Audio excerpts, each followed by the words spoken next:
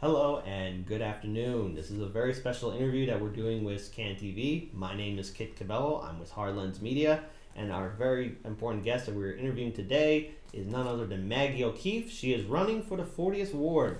Of course, this race is going to be up for election for 2019, so that race is going to be happening very soon. And for the most part, this is for all of us here, especially for all of you who are watching this. It's very important that we at least talk about the issues impacting Chicago for 2019. We have numerous people challenging the current establishment leadership for City Council as well as for Office of Mayor. And this is a chance for people who may be living in the 40th Ward right now to really understand about the issues impacting your ward, your current alderman, as well as the other aldermanic candidates. So right now we have Maggie O'Keefe. Thank you so much for joining Hardlands. Oh, thank you for having me, Kit. So we're going to start off on a light note. Okay. All right. You have some history in this place that we are recording in right now. That's so right. what's actually happening? Tell us your little background with this lovely studio that we're in. Yeah, so we're at Superior Center Street for the Arts, and I was a lead singer of a band, and we rented out a space here on the top floor for about 2 years. It's a small world. Very small. Yeah, so there we go. Small. So there we go. So now you're running for alderman. That's right. So it's this office is the 40th Ward district here in the city of Chicago. Can you at least tell us why you're running for the office of 40th Ward? What's actually happening there? Who's the current alderman? So I'm running because I want to bring integrity back to our local politics. I've had experiences with the Alderman O'Connor's office previously as a renter, and I believe that we need to have leadership that is essential to bringing voices together when it comes to making direct change in our own communities. So, of course, here in the city of Chicago, we have a problem with home ownership and renter security. I mean, basically, it's almost impossible for someone to really live and work in this city because for the most part, people are working 2 or 3 jobs just to make ends meet, and it's still not enough. Now, of course, the 40th Ward is on the north side, so what's really happening to the homeowners and renters that live in that district of the city of Chicago? Yeah, I've been talking to people since February 1st. I've been going door to door since the 1st of February of 2018, and it's very clear that homeowners are seeing a spike up to 50% increase in their property taxes, right? On top of that, as a renter, we see an increase in our rent as well. This is a direct impact of the Barrios regime that was formerly in office, and now we don't have them anymore, thanks to Fritz Kagi winning his election. I think when we talk about wanting to move into the 40th Ward, wanting to move over on the north side, we are either pushing people away from that opportunity or we are pushing people out from living there. I mean, I've talked to families, first, second, third generation families that are being pushed out of their own neighborhood simply because they can't afford it anymore. And it's a problem that we see all over the city of Chicago. Of course. And I think because for the most part, Hardlands Media has covered a lot of the gentrification that's happening in the south side communities, like most notably Pilsen. So in regards to the 40th Ward, is gentrification happening in that district? And if so, who's leading the large real estate development to basically push people out and put in, You're giving me some softballs here, kid. But who's actually the companies that's actually leading the if there is gentrification happening in the 40th Ward? Sure. So Candia Development is certainly a big one that is currently putting up $1.5 million homes and other large development. Yes. Larger development, commercial development, commercial real estate is what I wanted to say. And then also Dreamtown, which is a unfortunate side effect to who our current alderman is and who his wife is a real estate developer in our ward. That's definitely happening, and it's been happening. This is not just a recent trend, right? This is something that's been happening for decades. You can go back as far as 2008, where there was a Chicago Tribune article called "He Zones, She Sells, and It's Legal," where Barbara O'Connor had made $22 million in the ward already.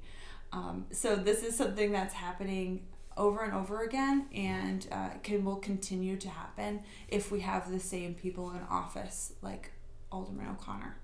And it seems to be a sad state of affairs that this always happens, especially for the working class families in the city of Chicago. So with Alderman O'Connor, I guess my question is then, when people confront his office, what is his response? How often does he even meet up with the community? Alderman O'Connor doesn't take public events. He hasn't in a long time. Since the last time he ran in 2015, he wouldn't show up for forums. He wouldn't show up for events unless it was a private event or he was invited. Only him. So what we've been talking to about with the residents is that as an alderman, how I'm running my campaign is exactly how I'm going to run the office. I'm going to be open and transparent and accountable. We're going to open that ward office up to allow constituents to come talk about their individual needs that impact their everyday lives. Now, when we first heard you speak, you, as well as numerous other aldermanic candidates for the 40th Ward, were talking about the issues impacting the community. One thing that was brought up was waste management and I guess garbage removal. Mm-hmm. So what's exactly the situation with that? Just so that everyone can kind of get like an update in regards to, I guess, the city's responsibility in that 40th Ward. Well, waste management is a city issue, right? And the BGA, the Better Government Association, just came out with a scathing report about how our recycling is being done here in the city altogether. And we're finding that one company in particular is throwing away the recycling that people are actually trying to contribute to reducing their waste, and it's not happening simply because it doesn't matter to them whether or not they throw it away or if they recycle it, right? I talk to residents regularly who need new garbage cans, who don't receive them. Now, in the 2019 budget upcoming, there will be more money going towards, I think, over $2 million more of money that's going towards the purchasing of waste garbage cans and recycling cans. So while we're not increasing any taxes, our current administration is looking to move forward with that, but that comes with years previous of taking those funds away to support other agendas. So while we are going to get more rat abatement and more garbage cans, let's remember that it wasn't always like this. Right, of course. And I guess this is an example of Chicago politics. The Chicago machine is trying to chug along, trying to get away as much as possible without anybody noticing. But I guess with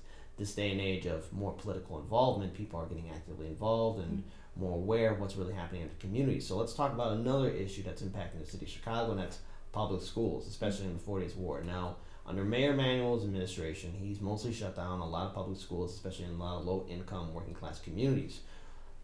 Now, of course, many of these schools are outside the 40th Ward, but there's a potential chance for you to become the new alderman of the 40th Ward. So what is your plan and policy to strengthen our public schools here, get them to reopen again all over the city, especially even the 40th Ward? And how do we really ensure that they are protected from ever being shut down again? Look, we are seeing a rapid decline in how many children are coming to our public schools. Right. It's a huge concern. 40th Ward school Trumbull was closed during that mass closing of 50 plus schools across Chicago. What we're seeing is, I hope not the inevitable, which is the closing of more schools, simply because students are leaving, families are leaving Chicago. This is a huge issue. So not only are families leaving Chicago, but also they're sending their kids to charter and baccalaureate and the schools that unfortunately are taking away federal funding from our schools. Something that we really, really, really need to make sure that we get right is this 2020 census, because every dollar that we do not have in our public schools affects our children and the equity in our education. That's very, very true. And of course, the next generation has to have a proper education. But there's another thing that's really impacting all of the communities all across the city of Chicago, and that's the fact that we have lead in our water. So we all know the crisis in Flint, Michigan. We all may have probably forgotten what happened in East Chicago, Indiana, where there was lead found in the soil and in their water. But those people were removed from that situation, and they didn't want to move, right? But the government gave them no choice. And the problem is now Chicago, a city similar to New York or LA, about a good portion of this city's population has clear lead contamination. And currently, this mayor's administration and this city council is refusing to step up to really address the issue of really combating and getting rid of this dangerous toxic material, lead. And lead causes a lot of mental development effects. Lead clearly causes a lot of health issues. So what would be your plan to really bring in a strong infrastructure plan to at least get rid of lead? How do we reverse the current policy that this administration has put in? And what do we do to really protect a lot of innocent homeowners and renters and so many other people that use the Chicago's drinking water system? Yeah. Look, lead in our water is a public health issue. And I believe that the people that are putting their feet on the ground and making sure that we are getting those public conversations out there, having the aldermen like Scott Wagaspack who are behind us 150% when we are shouting to them that we need to make sure that we have public comment on lead in our water is essential to government, to local governing. Alderman O'Connor sent the public comment opportunity to Rules Committee, right? Where it sat. And now it's out of Rules Committee, and it looks like we're going to be going forward. But the reality is our current administration, Mayor Rahm Emanuel does not want to deal with this until after he's out of office, right? Because then his hands are clean, so to speak. So what he's doing is he's pushing it off and pushing it off. Now, right now in the Rules Committee, which was now sent for this Tuesday, so they put a hold on it, and for this Tuesday, for real estate tax to go towards paying into the chance for these lead pipes going into homes to be taken care of. And I hope that on Tuesday we get it out of Rules Committee and put it back into the Public Health Committee. But we'll see what happens. We need to hold people accountable, like Mayor Rahm Emanuel, like Alderman O'Connor, and any other alderman or local official that is unwilling to talk about this issue. This is deeply impacts more than just children. This impacts seniors. This impacts all people, all working families, because it's $8,000 plus to change out your pipes for your home. I see it as a shared program, right? We have a sidewalk share program. Right? Why can't we do the same for these lead pipes? And it seems quite clear that there's a clear lack of trust from the current city government that we have, and the people just can't trust it anymore. And it's gotten to the point to where you're seeing people like yourself step up to really challenge the current establishment. But let's actually talk about the one person who will be, I guess, maybe negatively remembered in our city, and that's Mayor Rahm Emanuel. So just turning away from the 40th Ward, what is the legacy of Mayor Rahm Emanuel here in the city of Chicago? What will be his political impact on our city's culture and our history, and how do we reverse some of his policies that he's implemented here? That's a very heavy question. In the 40th Ward, Mayor Rahm Emanuel is favored over anyone else, right? Wow. This is when you look at the 2015 election with the Chuy Garcia runoff, 1,000 more people came out to vote in the runoff than they did in the actual election, right? We came out in numbers for Rahm Emanuel. That is a fact, right? Can't get away from the fact over here on Chicago's north side.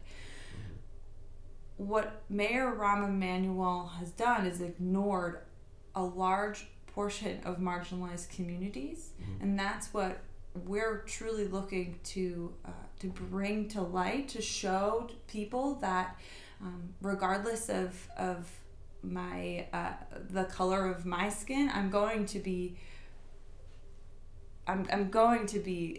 working for all people, regardless of if they've been left behind previously from our previous administration.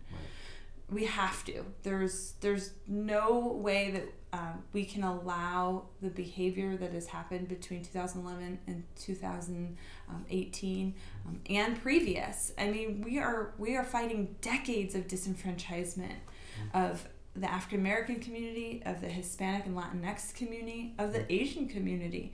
Right? These voices have not been brought to the attention to our aldermen, and I am so proud to be able to, I look forward to be able to serve our very diverse community, because we have multilingual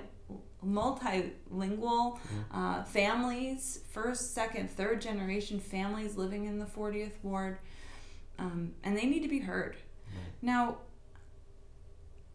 Mayor Rahm Emanuel has also done a couple of good things, okay? They are rare. They're rare, and I would like to point out, because I am such a big environmental sustainability person, that he has helped in that way. May not be with our lead issue, but with making sure that development and that our government buildings are being retrofitted with solar and other opportunities in Lawndale, in places where we can actually see change and growth within our environmental sustainability because of things that Mayor Rahm Emanuel has done for us. So, you know, while people have been silenced, we need to make sure that they are now in front of the line when it comes to how our communities are going to grow together. And I'd also like to add on too that Mayor Emanuel,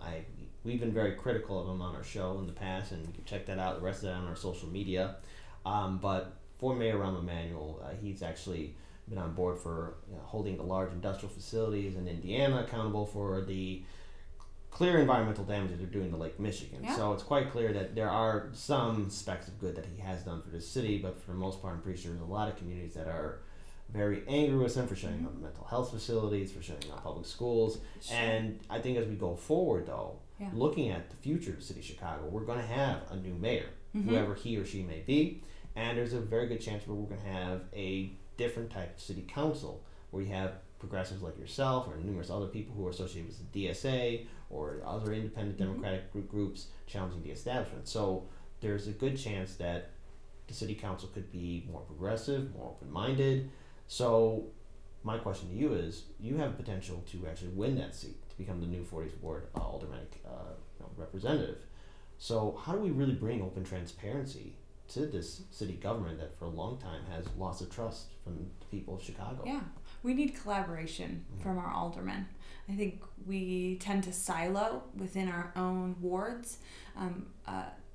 Our current administration that is in right now, they tend to just take care of themselves within their borders, but our borders are imaginary, right? They're invisible.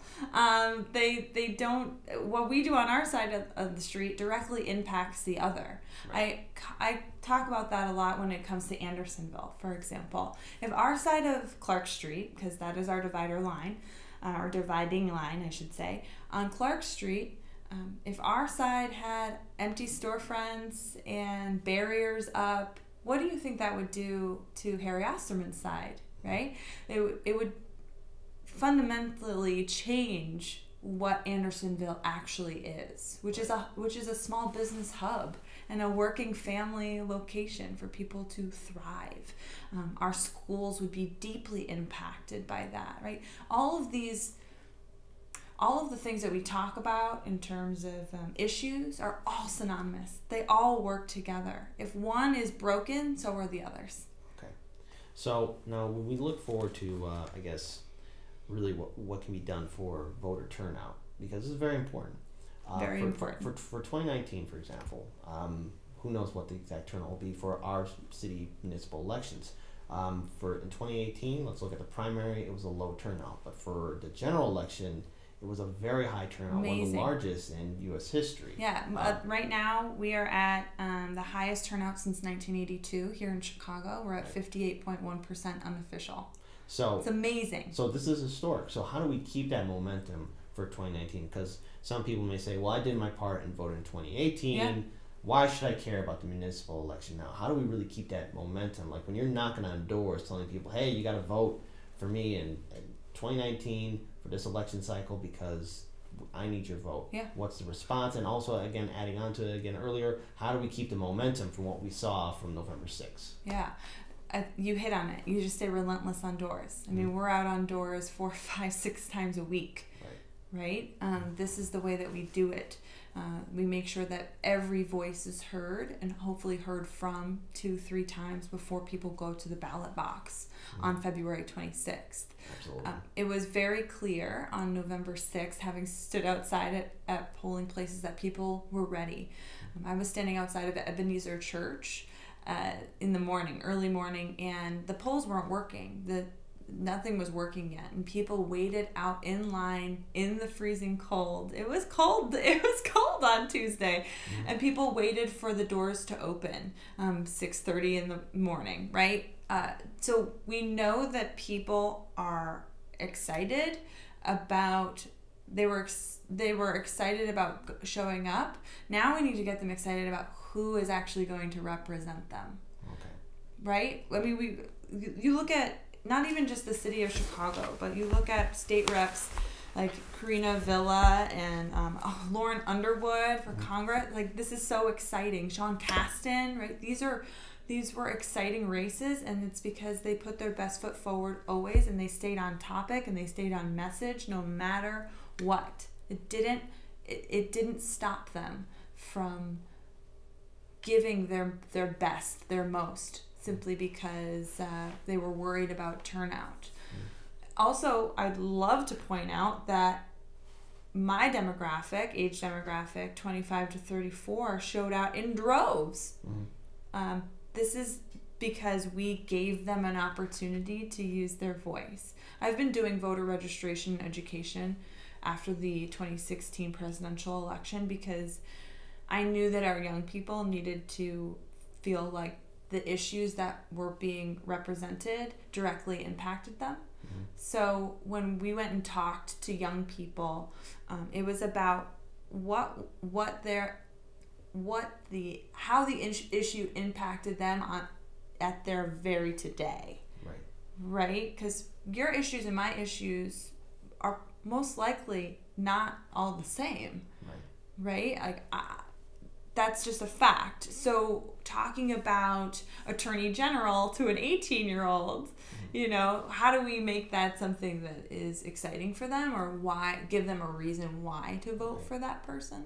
Right. I think also that I really add on is that when people look at the office of alderman, people tend to forget like that office has a lot of power to it. For example, it's redistricting zones, making sure things work properly, such as sanitation, or making sure that schools are taken care of, and parking, infrastructure repair. Absolutely, and the thing is, like, that's something you can maybe get people excited for and let them know, like, hey, a vote for alderman is to make sure that your street is swept, or that this infrastructure is going to be put in, or making sure that your rents are going to be affordable, and that you can own a business, or you can park without worrying about the parking rates going up. There's numerous things to really talk about. So when you're canvassing, knocking on the doors, what's the response when people, I guess, say, well, you're running for this office, why are you doing it? Like, what's the reaction towards you telling them that this is something you care about? Yeah, I was talking to my campaign manager the other day, and telling her the amount of times that I've heard the word change. If I took a nickel for every time that said we need a change, I think we'd be able to fund our campaign through and through. People are ready. People recognize that 35 years in the same office is enough. It's enough time. Even people that have supported OConnor for decades, they recognize that it's time. And they're ready for that. And I think when they see a young woman who has the passion, the energy, the drive, the success, they recognize that and they want that as their next representative, which is exciting for us too. Like, it's very humbling, right? I leave the house and I am recognized every time I go I go walk down the street or go get some food, right? that this is the type of campaigning that we need. This is the type of representation that we need. Someone who's not hiding behind a silkscreen or not hiding behind the office at large, but actually being that person that listens to everyone. And see, that's another thing that I want to bring up too, is that when we look at the city government right now, currently for office of mayor, even though the ballot is still being counted, it's still in, I guess, judicial review. There was call for term limits for the office of Chicago mayor, which is something historic because Chicago is the only major metropolitan city besides New York and LA. They both have term limits for that office. We don't. So for the office of alderman, it's quite clear that we've had aldermen at the city council for more than just 4 years. Sure. Some have been there for 10, 15 years. Yeah. How do we really bring back, I guess, true term limits for this for some of these offices? Are you in support for term limits for aldermanic seats? So I believe that term limits is a nonpartisan issue at this point. Like, we hear Republicans and Democrats saying on the same level that they want term limits. I think you can look at Alderman O'Connor's tenure and where our city is, and you have to be able to connect the two, right? That they're, because of the longevity of his career and where Chicago is financially, they do coincide, right? So in terms of term limits for our aldermen and our mayor, our 50 aldermen and our one mayor, I'm in support of it. We need to make sure that we're not just using this office, and our local representation isn't just using this office simply to profit. Right. So it's quite clear that in 2019 it'll be a historic event for the people of Chicago. It's a chance for us to have a new mayor, get out there, new aldermanic candidates, and actually to really bring open transparency to the city that I think desperately needs it. And there's potential for you and numerous other progressive candidates to really step up and do the job that people have been asking for. So for our viewers who will be watching this on CAN TV and later on our social media, where can they learn more about your campaign? Where can they find your campaign website? Do you have Facebook, Twitter, Instagram, or any other social media in which they can learn more about you, possibly volunteer? Can you please tell them? Yeah, I look forward to representing you as your 40th Ward Alderman. You can learn more about me at Maggie2019.com, Facebook.com/Maggie J. O'Keefe, Twitter at Maggie J. OK.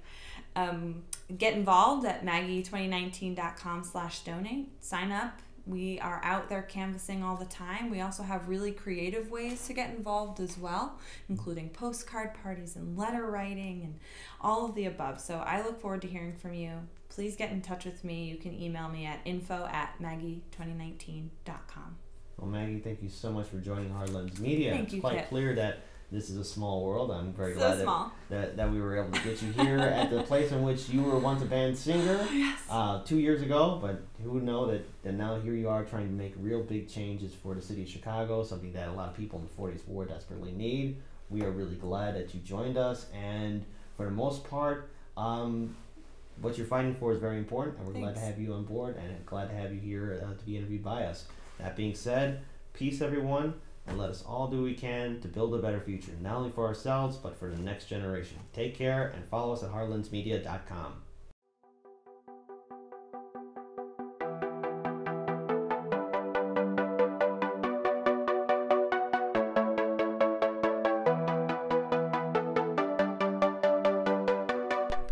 You're watching Hard Lens Media.